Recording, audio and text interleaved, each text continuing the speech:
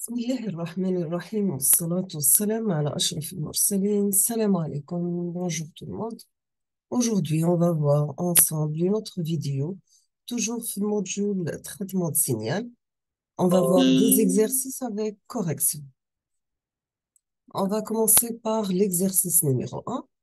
Donc, on considère le signal x de t donné par x de t qui est égal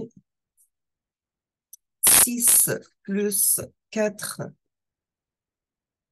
cosinus 50 pi t plus sinus 100 pi t. Donc, on considère le signal x de t donné par x de t égale à 6 plus 4 cosinus 50 pi t plus sinus 100 pi t. La première question, c'est bien sûr, quelle est la valeur moyenne du signal x de t? Quelle est la valeur moyenne du signal x de t?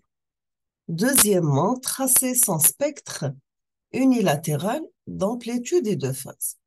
Donc, on considère le signal x de t donné par x de t égale à 6 plus 4 cosinus 50 pi t plus sinus 100 pi t. La première question, c'est bien quelle est la valeur moyenne du signal x de t. Deuxièmement, tracer son spectre unilatéral d'amplitude et de phase. La troisième question, c'est bien donner le développement en série de Fourier complexe du signal x de t. Donner le développement en série de Fourier complexe du signal x de t. On termine avec la quatrième question, c'est bien en déduire le spectre bilatéral d'amplitude et de phase. On passe à la correction. Donc, vous avez x de t qui est égal à 6 plus 4 cosinus 50 pi t plus sinus 100 pi t. On peut la mettre la forme 6 plus 4 cosinus. Donc, toujours, on va avoir cosinus oméga t, sachant que oméga est égal à 2 pi f. Donc, on peut mettre cosinus, la forme cosinus 2 pi par 50, on va la remplacer par 2 par 25 t. Et 100, on va la remplacer par 2 par 25 par 2t. Dans ce cas, sachant que la fréquence f0 qui est égale à l'inverse de la période, de notre cas égale à 25 Hz. La décomposition, on peut avoir la valeur, il faut toujours oublier un signal, décomposition en série de Fourier. On peut le mettre la forme A0 plus une somme des AN par cosinus n oméga t plus une somme des BN sinus n oméga t. Dans notre cas, si on va faire la correspondance entre la décomposition générale en série de Fourier et notre signal, on obtient que A0 égale à 6, A1 égale à 4, A2 égale à 0, B1 égale à 0, B2 égale à 1.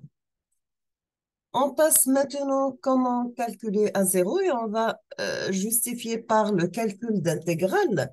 On trouve que A0 est calculé par la formule suivante.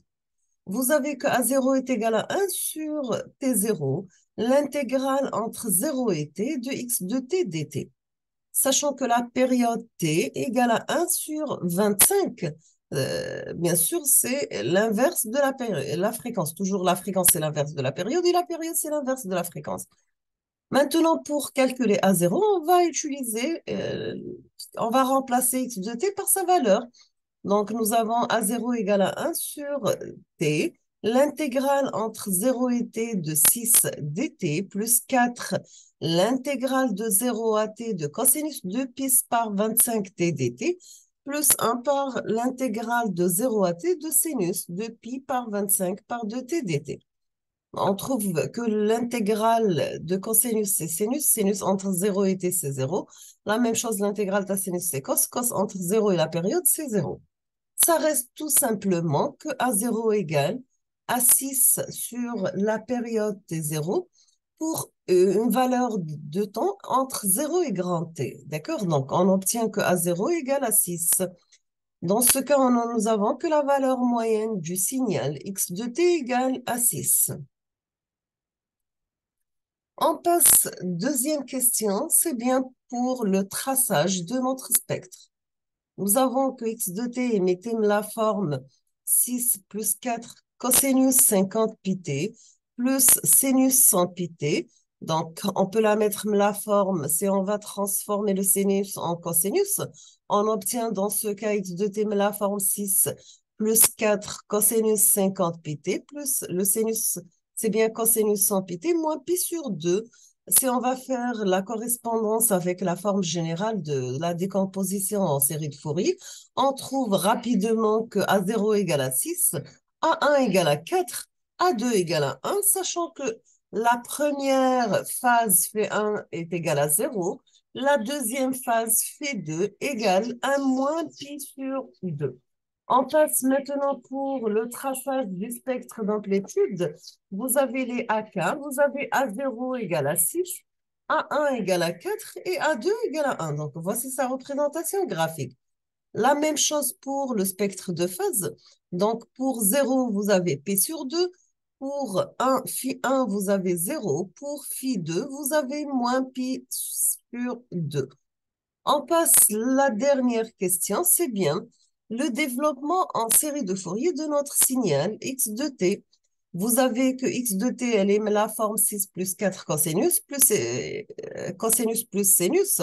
Donc, on va remplacer le cosinus par la somme de deux expos divisé par 2 et le sinus par la différence de deux expos divisé par 2g. Donc, on obtient que x de t égale à 6 plus 4 par exponentielle g 50 pt plus exponentielle moins g 50 pt sur 2. Donc ça, c'est pour le cosinus. Pour le sinus, on va le mettre la forme exponentielle g 100 pt moins exponentielle moins g 100 pt sur 2g. D'accord? On va décomposer. On aura 6 plus 4 sur 2 exponentielle g 50 pt plus 4 sur 2 exponentielle moins g 50 pt plus 1 sur 2g exponentielle g 100 pt moins 1 sur 2g par exponentielle moins g 100 pt. On trouve par correspondance avec la forme générale de la développement en série de Fourier par la décomposition en éléments complexes. Donc, toujours x de t, on peut la mettre la forme de C0 plus la somme des Cn par exponentielle Gn oméga t. Par correspondance, on trouve que le module ou la valeur de C0 égale à 6, la valeur de C1 en module égale à 2, la valeur de C-1, parce que vous avez moins G50, c'est égal à 2. Vous avez 4 sur 2, c'est 2. Et ici, 4 sur 2, c'est 2. Vous avez le module de C2 égal à 1 sur 2. Et le module de C de moins 2 est égal à plus G sur 2. D'accord? On passe la phase maintenant. Donc, automatiquement, ici, vous avez que la partie réelle, ce qui implique que l'argument de C0 est nul.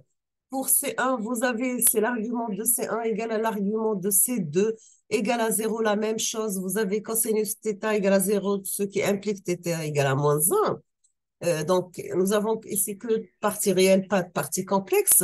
Mais pour la dernière, nous avons une partie complexe, ce qui implique que l'argument de C2 égale à moins pi sur 2, car l'argument de C2 qui est égal à moins pi sur 2, vous avez C2 qui est égal à moins G sur 2, l'argument de moins C2, on aura pi sur 2. On termine avec la dernière question pour le traçage du spectre bilatéral. Donc, vous avez le module de CK, C1 égale à 2, C-1 égale à 2, C2 égale à 1,5, C-2 égale à 1,5. Et voici l'argument, la phase. Pour 0, c'est pi sur 2.